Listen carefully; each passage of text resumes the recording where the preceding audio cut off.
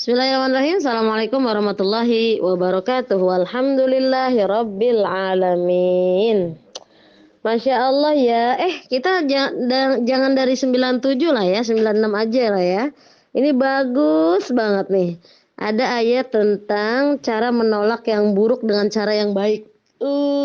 Bagusnya Masya Allah. Kita masuk dulu ya ke 96. Bismillahirrahmanirrahim. Surah Al-Mu'minun ayat 96. Bismillahirrahmanirrahim. Idfa, tolaklah, billati, dengan yang dia ahsan, lebih baik, as-sayyi'ah, kejahatan. Jadi maksudnya tolaklah perbuatan buruk mereka dengan cara yang lebih baik. Masya Allah. Gimana coba rasanya? Habis diperlakukan buruk, suruh ditolak dengan cara yang baik. Itulah makanya surga itu tuh berat kan, surga itu mahal. Betul lah ya, karena di Al-Quran itu ajarannya kayak gitu. Jadi apa ya, buru-buru move on, jangan berlarut-larut kalau aku lihat ya. Jadi dalam masalah jangan berlarut-larut, segera iringi keburukan dengan kebaikan. Dan tolaklah dengan cara yang baik, meskipun dia memperlakukan buruk, mereka memperlakukan buruk. Kemudian apa? Nahnu, kami, a'lamu, maha mengetahui, bima, dengan apa, yasifun, yang mereka sifatkan. Jadi Allah lebih mengetahui kan? Allah lebih mengetahui apa yang disifatkan ya kepada mereka. Dan ya ini yang berat nih Masya Allah ya. Jadi kalau udah ngomong tuh harus diamalin saudara. Jadi aku kalau inspirasi suka betul tuh, kalau udah inspirasi langsung diuji sama Allah kan.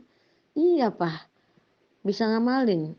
Jangan-jangan cuma bisa ngomong doang gitu. Itu berat bener ya. Jadi orang-orang yang hobinya ngomong, hobinya nasihatin orang, itu yang paling berat itu mengamalkan. Biasanya kalau udah nasihatin orang, itu langsung diuji. Karena ada ayatnya kan, kabura maqtan indallah an taqulu ma la taf'alun. Amat besar kebencian Allah, kita cuma bisa ngomong tapi nggak bisa ngerjain. Kan gimana rasanya kalau dibenci Allah, nauzubillah. Tidak ada pertolongan, tidak ada kasih sayang, tidak ada perlindungan, nauzubillah summa nauzubillah. Ya kita langsung ke berikutnya. Nah. Ini nih, jadi diajarin juga sama Al-Quran, kan gak gampang kan? Apa ya, menolak yang buruk dengan cara yang baik. Tapi ada kiatnya, minta perlindungan kepada Allah dari syaitan. Iyalah, betul. Pasti di belakang itu syaitan juga kan, yang bikin kita tuh nggak sabar, suuzon, terus apa nggak ikhlas dengan takdir Allah, apalagi ya, banyaklah. Ala kulihal di balik itu pasti ada, selain peran hawa nafsu kita, kemudian peran syaitan juga ya. Bagaimana kemudian kita mungkin minim ilmunya, kemudian kita nggak bisa mengendalikan nafsu kita dan nggak bisa ngendaliin diri kita. Nauzubillah sama nauzubillah ya. Doanya apa? Ini biasanya dibaca juga doa ini kalau mau sholat, sebelum mulai sholat ya. Biasa minta doa perlindungan. Bismillahirrahmanirrahim.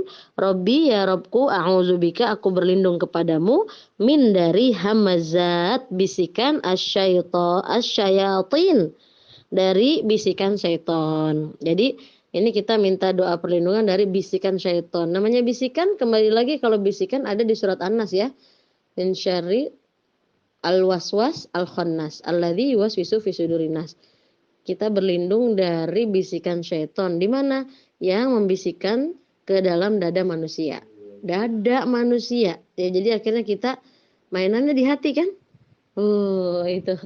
Kalau nggak kuat-kuat hubungan sama Allah, kalau minimalis ilmu agamanya, mungkin yang ada kita tuh kapokan berbuat baik gitu ya. Udahlah gitu ya. Tapi karena dengan izin Allah, Allah berikan kita bimbingan ya, hidayah, sehingga kita mudah move on. Nah ini salah satunya sih, supaya kita terjaga, terhindar, bisa mendapatkan perlindungan dari godaan syaitan. Jadi doanya apa? Robbi a'udzubika min hamazatis syayatin. Kemudian apa? Wa a'udzubika, dan aku berlindung kepadamu, Robbi, Robku, ayyahdurun, agar mereka tidak hadir padaku. Dan kami berlindung, dan aku berlindung kepadamu dari kehadiran mereka. Maksudnya bisa juga agar mereka tidak mendekatiku. Jadi emang setan itu kan provokator terbaik gitu ya.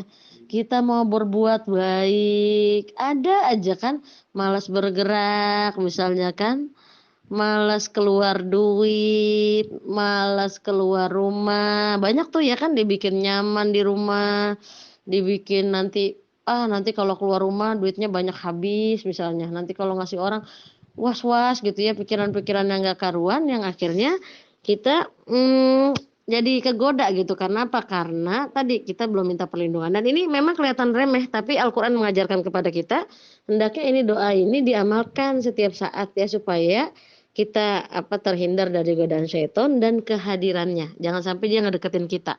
Karena kalau dia udah ngedeketin kita udah pasti, apalagi kalau kondisi keimanan kita lagi tipis banget ya kan, kondisi ilmu kita lagi minim banget ya, keikhlasan kita juga lagi kacau banget, nauzubillah ya. Makanya, penting banget ya, jadi ini jangan dianggap remeh karena kita kan, makhluk itu kan nggak kelihatan kan, dia bisa bahkan membisikkan sampai ke dada kita gitu, itu juga yang sebenarnya kita anggap remeh, itulah makanya nggak boleh menganggap remeh apapun ya kan, dan siapapun termasuk setan jangan dianggap remeh, karena di balik itu semua ada peran setan ya selain hawa nafsu kita. Ya. Nah, ini yang serem banget nih. Jangan sampai hatta sehingga apabila jaa datang ahaduhum seseorang dari mereka orang kafir al-maut kematian, qala ia berkata, "Robbi ya Tuhanku irji'un kembalikan aku." Masya Allah, ini yang paling serem kan? Jangan sampai kita nyesel gitu karena ngikutin godaan syaiton, akhirnya entar aja lah kan masih ada besok gitu ya. Ya udahlah nggak apa-apa kan gitu ya. Nggak berbuat baik kan masih ada besok, umurku kan masih muda, itulah. Jadi angan-angan yang indah itu yang bikin kita menunda gitu. Padahal kalau kalau kita tahu bahwa kita datang kematian kepada kita, pasti kita minta sama Allah supaya dikembalikan. Dan itu jangan sampai kita menyesal ya, nauzubillah.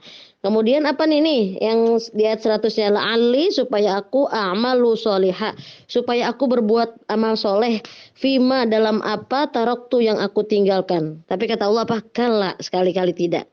Innaha sungguh dia kalimatun perkataan huwa yang dia qailuha yang mengucapkannya.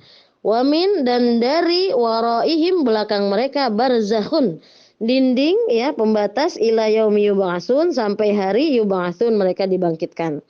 Jadi tidak ada kesempatan kedua. Ingat, makanya kenapa kita nggak boleh menunda kebaikan, tidak boleh meremehkan kebaikan sekecil apapun. Kenapa?